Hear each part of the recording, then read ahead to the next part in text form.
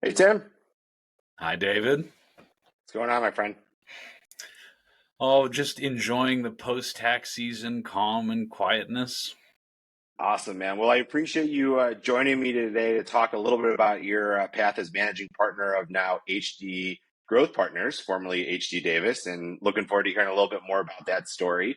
I know you've been managing partner now for at least 6 or 7 years. Got to meet you for the first time around 2019 when you were taking managing partner boot camp, the pandemic class, if you will. I think that was an 18 to 24 month program, and so just excited to catch up and learn a little bit about how HD Apple Growth has grown here. The last 5 years, you've doubled in size since boot camp, had some other exciting transactions occur during that process, and I want to dive in. Sounds good, man. I'm ready to rock and roll. So tell me a little bit about HD Growth Partners and your story. I think you're what, 35, 36, running about a $7.5 million firm. I'd love to hear a little bit more about how you got to that position. Yeah, so timing was a very interesting thing for my career. I started in public accounting in 2008, middle of the financial crisis. There weren't a ton of jobs floating around at the time. Had interned at a pretty large regional size firm and didn't really have a job lined up. I had interviewed with every accounting firm in the greater Youngstown community and didn't get a job. Had full intentions of leaving and taking a job in DC, and basically just took a job helping Harold out answering phones at what was HD Davis Associates at the time. There were 3 other employees and a very small book of business, and I didn't want to go back to the job that I had worked through college, and wanted to try to get a little bit of experience in my field before I went and got my big boy job. And so I said yes. I mean, I answered the phones for $8 an hour with a degree in accounting, and worked there again with the intention of only being there for a couple of months. And Harold and I hit it off. He was kind of at the point where he was slowing down. He was wanting to retire. He was thinking about selling his small practice, and he just kind of leaned into what he saw in me, and really invested a lot of time and energy in me. And one day we're out to lunch or we're just hanging out. He says to me, he says, I'm not going to sell the practice. I said, "Oh, okay, that's cool." And at the time, I'm 24 years old, 23 years old, something like that. Okay, whatever you want to do, man, it's fine. Um, and he said, I want you to take over the practice. I think you can do it." And I said, "Well, I'm in, man. I would love to learn. I've enjoyed working with you. We get along great." And things just really happened very fast after that moment. I was about 20, 25, 26 years old when I took over our practice. And at the time we were really small. I mean, it still was a very manageable size. We were doing about for maybe $500,000 in annual revenue, mostly just tax stuff. And I took over as our managing partner at that time. And, for the next decade was like drinking from a fire hose of information. We were growing, and we were growing in small clips. We had really mastered kind of a micro acquisition strategy where we were scooping up those little one, two, three, four, $500,000 books of business, sole practitioner kinds of things, and just kind of rolling them into our systems and processes and just learning along the way. And we were growing in pretty good clips up until about 2018. We had gotten about $2.5 million in annual revenue. And then I had everything aligns quite well with managing partner boot camp, right? Is that 2019 I got to participate in the extended cut version of managing partner boot camp, and we really leaned into what had built our practice, which was like educational topics. We did a lot. In my early years, I'd go to the delis, to the libraries, wherever the hell they would let me come in with my projector and laptop, and I would give seminars on QuickBooks. I would give seminars on whatever small business topic they wanted to talk about. I was like I was like a door-to-door vacuum salesman, man. I mean, I'd go wherever they wanted me to go, and I did my best to kind of do as much of that bootstrap guerrilla warfare marketing as we built our practice. And then, fast forward to 2020 when the whole world kind of fell apart, and we kind of sat down as a group. There was a couple of us, not only people that I had met through Managing Partner Bootcamp, but some of my colleagues, and said, listen, we have a choice here. We have a choice to either, lean in here and not waste a good crisis, right?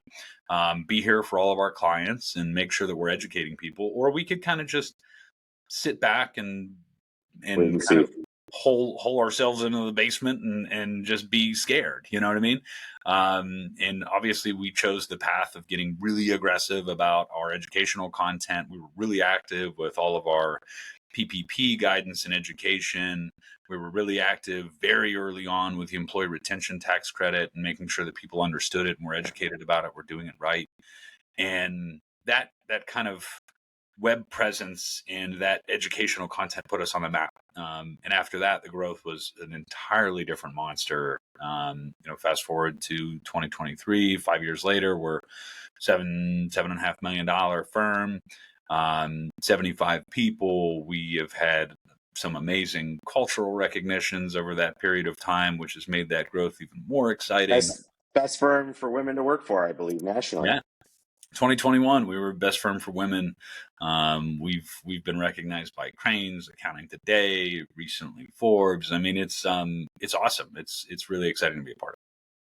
And so before we dive in a little bit more about 2024 and some of the exciting things happening, for HD Growth Partners now and Youngstown in the background, I know a big part of your growth has also been white glove payroll. Mm-hmm. When did that kind of get stacked on? So in 2018, 2019, we were really looking at our business very differently. We were looking at trying to understand who we wanted to be when we grew up, right? So that we started to really split some of our lines of business a little bit more clearly to understand where our focus should be into the future. So we had always been a tax business. We had grown a lot there, and we realized that scalability was really, really difficult during tax season. As that tax season got more and more compressed over the years, it was going to get really difficult for us to grow being a tax firm only. So we looked at all of our other options. We started in 2016. We started providing CAS services. In 2012, we started providing audit and attest services. And payroll was something that we did a lot of. We had a couple of large clients that really loved the service that we were providing. They had been with big box providers. They wanted that dedicated level of service. And so our clients really kind of forced us into dedicating time and resources to payroll. And after the first year of really going all in, we had one or two people that really knew how to do payroll well. And we knew we needed to make a big investment. We knew we needed to spin it off, do its own thing. It needed to be self-standing. We needed to invest in a team of people that knew what they were doing. And we said, we've identified the part of the market that we want. We want the high service part of the payroll business. We are a luxury concierge payroll service. We don't compete with your big box providers on SaaS pricing and this, that, and the other. You get a person that knows your business, that's dedicated to you and your business, that you basically are outsourcing your payroll department rather than utilizing a SaaS-based piece of technology to run payroll. Yeah. There was a lot of people that just kind of had abandoned that idea of service. And we said, no, we're going to go all in on it. So White Glove Payroll was a spinoff of HD Davis CPAs at the time. And we wanted to do everything different than what we had learned from the CPA firm. So with the payroll business was, entirely ACH billing. We didn't want to deal with accounts receivable. We wanted to go completely decentralized. We wanted an entire remote workforce. We had acknowledged that there was a huge part of the labor market and stay-at-home parents that was underserved, and we needed to create some way for us to be competitive in the labor market. So we designed our processes to be for those types of people. And as a result of those, handful of simple concepts that we built the firm on, it grew like absolute wildfire. I mean, quite Yeah. frankly, David, I've been like slamming my foot on the brake as hard as I could for many years to just control that growth. But it's been really fun to watch. It's amazing when you as a group of people identify something that you think will be special, right? And in your mind, you're like, this is going to be cool. People are going to love this. And sometimes it's not, right? Sometimes you fall on your face and like, I thought it was cool, but apparently nobody else does, right? In this scenario, we thought it was going to be cool, and it was. And it's been just really exciting to watch that growth of that organization based on something that we had identified in the market as something that we thought was a big need. Yeah, it's interesting too. I mean, you know, you guys are building a really strong foundation with these advisory services. It keeps that stickiness factor there. We know mid-sized firms are trying to, you know, deploy various services like that. So you've got a great foundation, you know, from that capacity. Fast forward to 2024. I know you guys recently joined the Ascend platform. Uh, Congratulations. You know, exciting opportunity for you and the team. Yeah, we're pumped about this. This was certainly very unique and not something that was planned Yeah. by any stretch of the imagination. I had actually met some of the members from the Ascend team at Winning Ways Okay. a little over 2 years ago, and they were kind of thinking about what they were going to do in this space. And we just talked. I mean, it was just a very open conversation like this. I've always been very much so an open book. I feel like that's something that's been really cool about the CPA community these last couple of years Yeah. is that we share things amongst one another. We try to make the profession better together. And spent a lot of time with them, kind of sharing some of my thoughts and opinions on what we needed to do in this profession. They came back to me a few months later and said, "We really want you to be a part of this." And I said, "Well, that wasn't on my radar. This is not something that I had planned. This is not something, I was still kind of going that normal, stay fiercely independent kind of route. And I had tried to Yeah. merge with other firms, and I didn't like what that was leading me into. And I didn't want to be a part of that. I still wanted that independence. The difference between me and most other people that are running accounting firms is that I've always been an entrepreneur. Like I've never Yeah. really been an employee, so to speak. I've always put a lot of bets on myself, and I've been comfortable with that level of risk. So, that's where I fell short when I tried to merge with other firms, merge up into a larger firm, was that I didn't feel that I was going to have that entrepreneurial support, that I Yeah. was going to be able to grow the business the way that I wanted to, and to try new things, and to fail, and to learn from those failures, and to get better, and to, do the things that you need to do to grow. The Ascend platform is built for that. I mean, it's built for entrepreneurial CPAs. Um, it's remarkable. We got to get together in San Antonio in January with the other firms that are on the platform, and like I've never really been around a group of quote unquote my people. You know what I mean? I've never been around that group of people that are entrepreneurial CPAs. Always kind of stuck out a little bit in our market because everybody else is employees. Yeah. All the other partners at most of your large regional sized CPA firms they've always been an employee, right? They started as a staff accountant. They worked their way up in their firm. They're not trained to be entrepreneurs. They're trained to be accountants. They're trained to Yep. be partners in a large regional size, whatever CPA firm. So it was really nice to be around, a group of my peers and be supported by a platform that is excited about empowering entrepreneurial CPAs rather than just saying, here's the box, play in that box, and that's what you get. So it's been fun so far.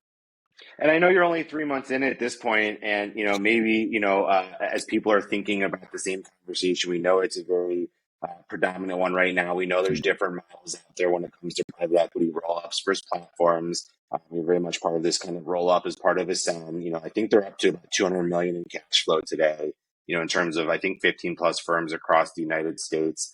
Are there specific things if individuals or firm leaders are thinking about this as an opportunity for them that you can give some advice or input to? I know you're only a couple months in. I know you got a chance to get together with many of the other firm owners and Yeah. go through the boot camp process that Ascend lends it to. But thinking about some of the levers that you're able to now pull in terms of culture, in terms of people and talent, and going deeper with services, you have some horsepower behind you in a way that you may not have had before, but still allowing yourself to be independent. I don't know if you can talk a little bit about that. Yeah, so a couple of things on that front is that we're officially, we've been part of Ascend since January. We're a few months in, but I have been working on this and very included in the process with them for almost 2 years now. Okay. So I feel super comfortable with where we're going and what has been built thus far. Ultimately for me, there's two very different types of private equity transactions, in my opinion. There's a bailout, right? There's a bailout situation for those firms that just failed on succession planning. They It's didn't. broken. The model is broken. They couldn't get there. They couldn't fix it. They needed an out, right? So there are private equity transactions that support that. And then there are private equity transactions that support ultimately what we did, was that I acknowledged as a small-ish firm, right? We had grown from very small to still, respectable, but still small in regional terms.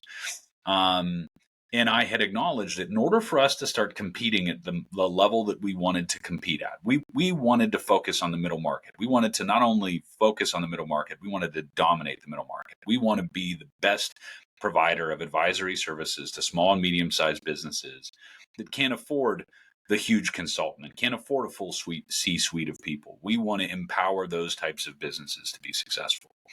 And so we knew that we were going to need to dedicate a different level of resources to provide that to that group of people. In order for us to provide that level of domination in terms of services in that market, we needed to also have the best people.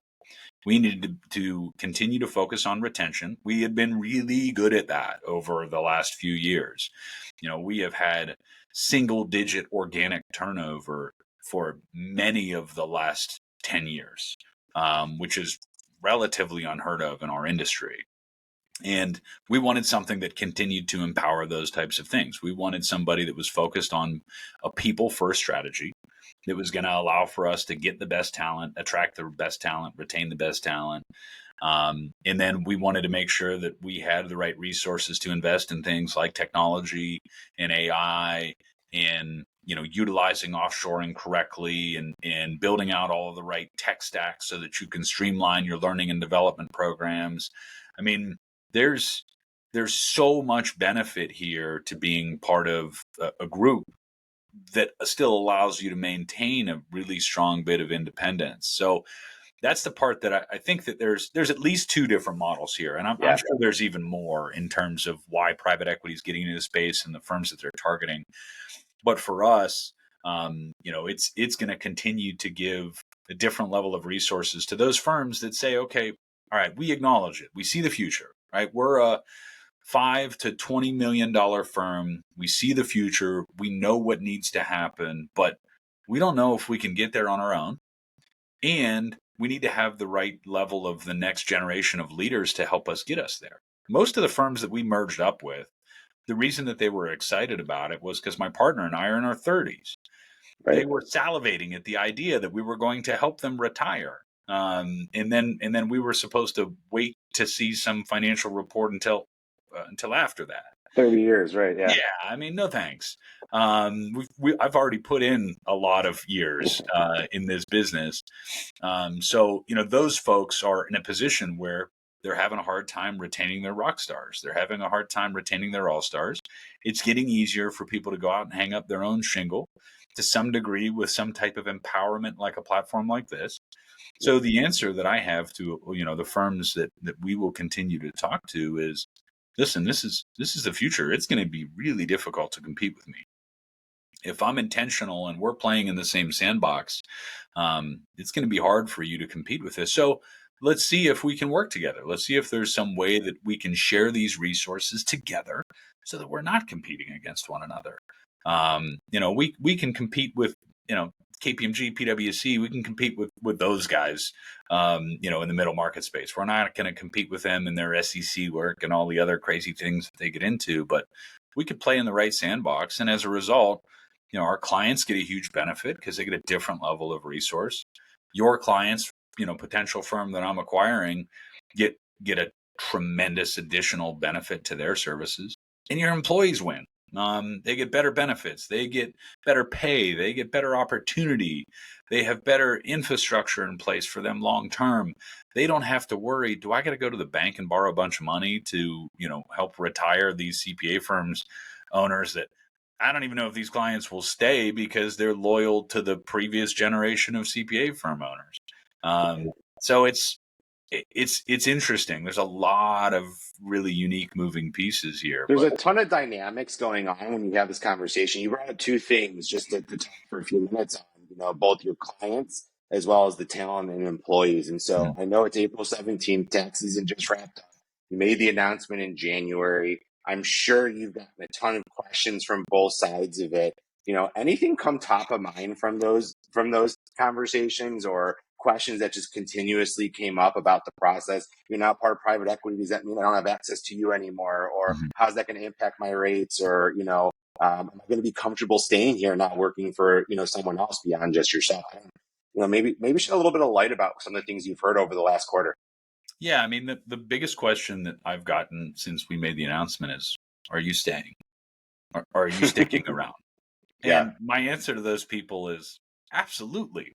Yeah. Like, I've dedicated my entire life to this, quite literally. I've been doing this for 16 years, and not like the average human. I've been doing this on a very accelerated path for the last 16 years. I'm not only dedicated to my career personally for myself and my family, but now it's an entirely different monster. As I look at this and I say, look what we've accomplished on our own for the last 16 years. At 37, I got another 10 to 15 years of just absolutely grinding in this market and trying to make a difference. How do I make that the most impactful? And this allows me to do that. So as long as people have understood, listen, I'm still here. I still manage a handful of accounts. I don't manage as many, clients as I used to, but that was a transition prior to private equity. That was just a transition prior to, I realized that the best use of my time was teaching people how to fish, was teaching people how to be great advisors to their clients. I could only impact so many if I was just being an advisor, but I could make a tremendous, larger impact by teaching them to be better advisors.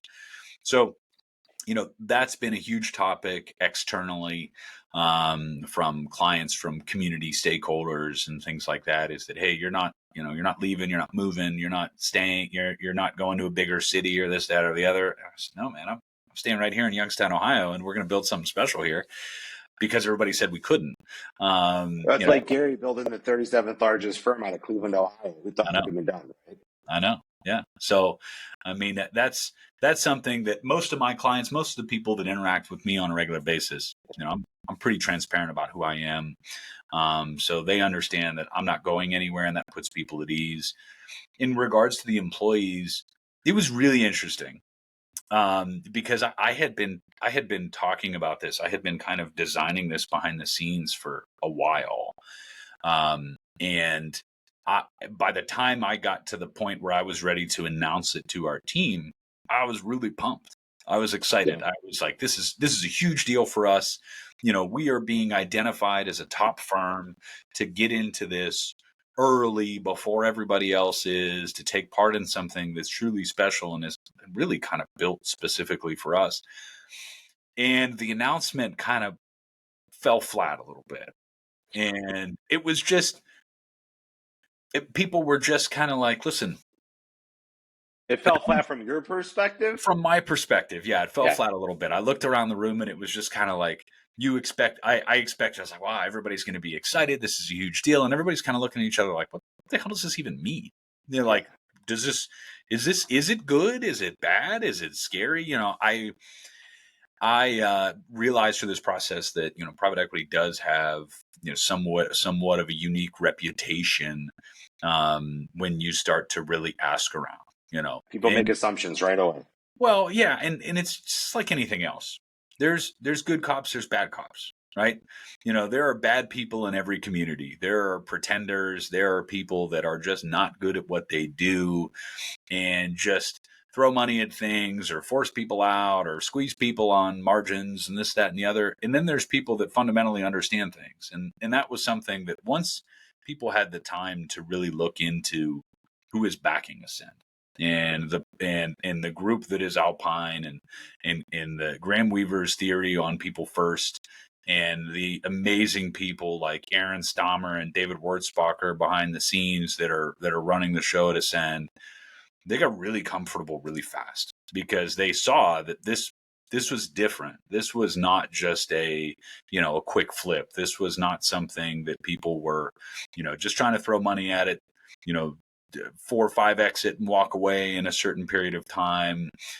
This has long-term strategies built around it. This has an understanding of some serious problems in our industry that we're going to address and focus on and try to improve. And within weeks, that mentality changed. So once our team really had the time to absorb it, process it, ask questions, I was very transparent. I was an open book. I was like, you guys can literally ask me everything. I'll tell you what I know. I'll also tell you what I don't. And I will continue to share that with you guys along the way. But ultimately, I believe that this is a huge opportunity for us. And we've done our best of just making sure that we are honest with our team members, and we have a very much so open and honest policy within our organization. So as a result of that, people believed me, as they should have. And as they started to see the benefits pile up and the opportunity pile up as a result of it, the excitement has really changed. And now we get into, our first tax season as part of the platform, and didn't have a whole lot of, tremendous involvement from any back office telling us to do X, Y, or Z. We had some little tweaks here or there, but ultimately we had the best tax season we've ever had. We had been building for this. We had been building for efficiency. We had implemented some really cool pieces of technology. And also people's attitude surrounding everything was different. They started to see things differently. They didn't see us as that little, ornery, progressive, millennial run organization anymore. They saw us as something that could change the game. Still with a little bit of that ornery millennial, representation, but it was a little framework there. Well, and you touched upon this for a minute, and I wanted just to bring it back up because it's something we really focus on at MPB at Bootcamp in terms of, as a managing partner, stepping away from the billable, stepping away from the client work, running the firm, teaching people how to fish, being a leader. And, at a smaller firm, in terms of, where you guys are at today revenue wise, that's something you've been very focused on and have accomplished. Is there anything that you can share as it relates to how to actually do that? Because we're working with managing partners today at $45 million firms that still struggle with this concept. Yeah. I mean, David, I think it speaks to some of the bigger problems in our industry as a whole. Because ultimately what you have to do is you have to be willing to make an investment. And it's a big investment. It's an investment of money. Okay. But it's also a huge investment of your time, because listen, I'm a really good practitioner. Right. And I say that as humbly as humanly possible, right? I'm damn good at my job.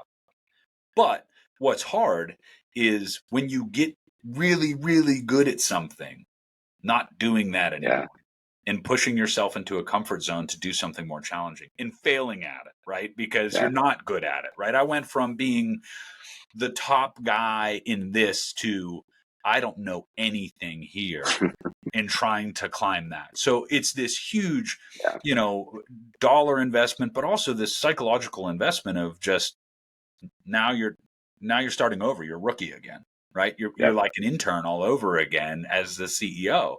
So that's hard by itself. But the biggest piece, the reason that so many firms are stuck and won't change is because they're stuck financially. They made the mistake of allowing their partners to be treated like employees. The partnership model of accounting has ultimately ruined their ability to do the things that they advise their clients to do and work on the business, not in the business. They got so focused on realization rates and billable hours and book sizes and how's my partner compensation system work and how do I max that? They stopped looking at how to maximize the value of the firm and they looked at how to maximize the value of their individual profits. And that focus on those individual profits ultimately is what stunted their growth and stunted their ability to step back and work on the business and not in the business, because they said, well, if I don't if I step back, then who's going to manage my clients? Who's going to take over all these relationships, right? And then But you have to be able to execute at the firm level. yeah, but I remember having this conversation with Gary about this early Yeah. on, because I remember it's really hard to step back and to not work on clients, because that's how we built this, right? We built this because it was a really good advisor. And I remember, Gary talking to me about that transition for him when he started, transitioning away from client service and into being the CEO. And I remember having a great conversation with Chuck Mullen about that at Apple Growth Partners. And what more people need to do is find those communities of like-minded people so that they can tell them, all in all, it's going to be okay. Right. Yeah. I mean, that was the superpower that I had, right? That was the community that I had built through Managing Partner Bootcamp. Was I now knew other people in those circumstances, because if you're as the managing partner, as the CEO of anything, that if this fails, it's your fault. 100%. Right. So that pressure of taking that step back, what if I'm not a good CEO? Right. I was a really good advisor. What if I'm not a good CEO? And being able to talk to people that were in the same circumstances and bounce ideas off of one another and just kind of have that reassurance to know, like, hey man, it's going to be okay. Like this is this is the right thing to do. You tell your clients to do it every day. You Yeah. need to do it too. But, look, we did it and here's what happened as a result of that. So that was really helpful. And I would encourage anybody that's like stuck in the business to focus really hard on community, focus really hard on finding yourself a support group of people that can kind of, ultimately coach you through that. And if nothing else, just tell you, hey, you know what you need to do. Just stop being a wuss and do Get it. it done. Yeah. Get it done. So we're going to wrap up Ascend for a second here. And you kind of hinted towards this a little bit, perception of private equity, 4 to 6 years, we need to flip it, obviously to generate the returns that are necessary. Going through, Ascend, your model, making this decision, what does 5 to 10 years from now look like? What is that, kind of strategy as it relates to growth and exit planning? How does that evolve right now? I'm sure that's a big part of the conversation. Yeah. So there's a couple of different answers here. The first answer that I'll give you is that the answer that I've given everybody is, what does 5 to 10 years look with or without private equity? What are the challenges that we're going to face without private equity? What are the financial investments? What are the risks? What are the continued attacks in our industry that we're going to have to deal with? The generational workforce gap, AI, technology, billing, client service, cybersecurity, insurance, benefits, compensation, all those things. What does that look like in the next 10 to 15 years? And do you want to deal with that on your own? Or do you want to deal with that with some real intelligent firepower behind you? Right. So Yeah. that's question number one for me, because yes, there's still ultimately an unknown in private equity, right? Yeah. This is new. I would be naive. I would be ignorant in saying that there isn't still some question mark at 5 to 10 years. However, the answer that we have with Ascend is different. There is a different investment strategy in terms of a long-term hold here rather than a traditional hurry up and flip. So they have mechanisms behind the scenes in place that they intend to utilize and have utilized in other industries that allow for a longer term hold. The other thing that we're doing with our folks here is we're giving people equity really early. Yeah. And we know that that'll be a huge part of what that 5 to 10 year mark looks like too, is that we're getting equity in the hands of people at a much earlier age. I'd mentioned to you the challenge that the traditional accounting firm has is that they've got this pyramid scheme, this long-term plan of, I got to get somebody else to buy my stuff and I got to hold it long enough to make money. We're going the opposite of that. We want people to have, good financial events in their 30s. We want to replicate things that are happening more so in the technology space than the accounting space. We don't want to replicate what's been successful in the accounting space. We want to replicate what's been successful in the spaces that have allowed to attract people for talent. So yeah, I think long term here, the model is we will change the game. We will change the view of public accounting. 5 to 10 years from now, public accounting will have a slightly different perception in the community. It won't have that perception of, stuffy green visor. I'm in my office every damn day, grinding away with Excel and spreadsheets and 10 key calculators. We're going to have the perception of people that are making an impact in their community. We're going to have the perception of the people that go out into small and medium-sized businesses and help them win and help them be successful and help them, create financial independence. Yeah. I know I've heard David speak a couple of times, Wurzbacher, the CEO, and, you ask him, what business are you in? And he'll be like, not the accounting business. We're in the people business, right? Yep. The talent business. And, how are we positioning ourselves on a platform to be successful in doing that? Obviously, there's no success stories yet, in the PE space, but there's a lot of models out there. And, I think you guys have, a very unique strategy going forward. So a couple minutes left, Tim, and congratulations. I saw Forbes came out with their list of the top 200 CPAs in the country, including the CEO of KPMG, including Tim Petrey, managing partner of HD Growth Partners, and many others out there. I think you've just got such a great story to tell that, attributes towards that type of recognition. So I don't know if there's anything that really stands out to you as it relates to, hey, we built a $2 million to a $7 million firm. We're still small. We're growing rapidly. We're a people first organization, and we're being progressive in the model that we're creating here. But any last thoughts? Because I'm really excited to have this conversation another year from now and see what HD Growth Partners is looking like. Yeah, I mean, I think this whole experience over the course of the last couple of years has been remarkable. I never in a million years expected this. I went into accounting for something that was safe. I went into accounting for something that was recession proof. I grew up very poor. We bounced around between different families that we stayed with. My aunt and uncle were amazing human beings that took us in at a very early age. So, my viewpoint on all this is very different. I live my life with a very strong sense of gratitude for the opportunities that have been put in front of me. The one resounding thought that I think that I would share after everything that I've gone through in public accounting thus far is, or in business in general, I think it's fair, is that there are going to be times where you feel like you're doing the wrong thing. There are going to be times where you feel like you're not the normal whatever answer that everybody else is giving you. And people are going to view you as an outsider, and people are going to view you as a weirdo or a different person, or what the hell is this guy thinking? And you know what? At first, those were some really difficult years to get through because, like I had mentioned before, I was a really good accountant. Yeah. And I wasn't certain of my capabilities as a CEO and as a leader and as a managing partner. And to compound that with trying to do things different, and other people look at me like I was a crazy person and say, well, that's never going to work. That's cute, but it's never going to work.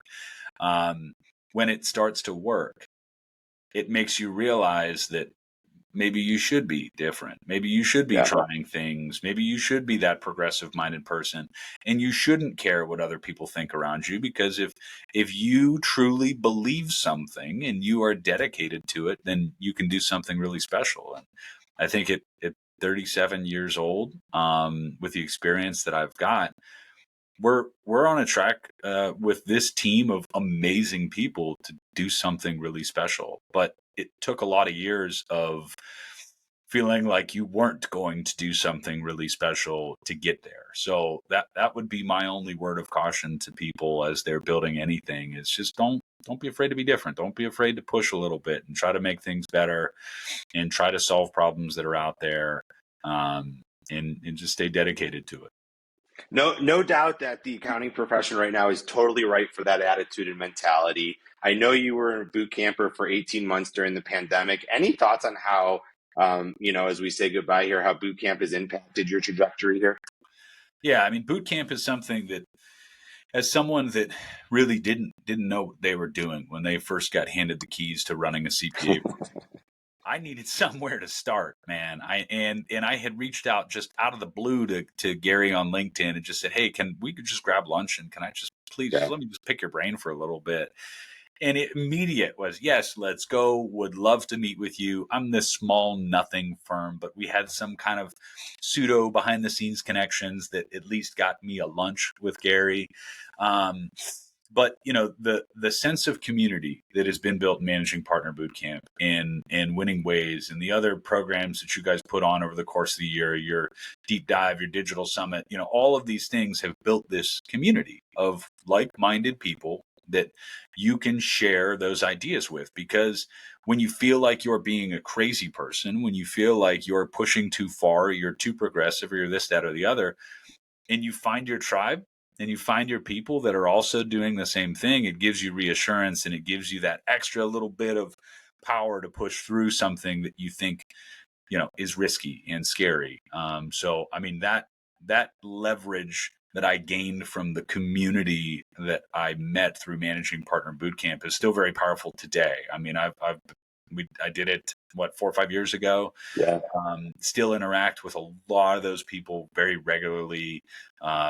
Gary included. I'll run into a unique issue or a challenge or this, that, or the other, and I know I've got at least 4 or 5 people to call. As Yeah. before, I didn't have anybody to call.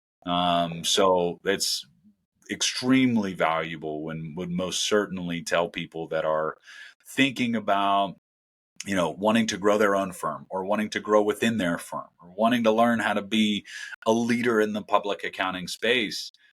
This is it. This is where you got to start. Awesome, Tim. Great conversation. Thanks so much for joining us today, and look forward to regrouping next year to see how things are going. Sounds good, man. Thanks.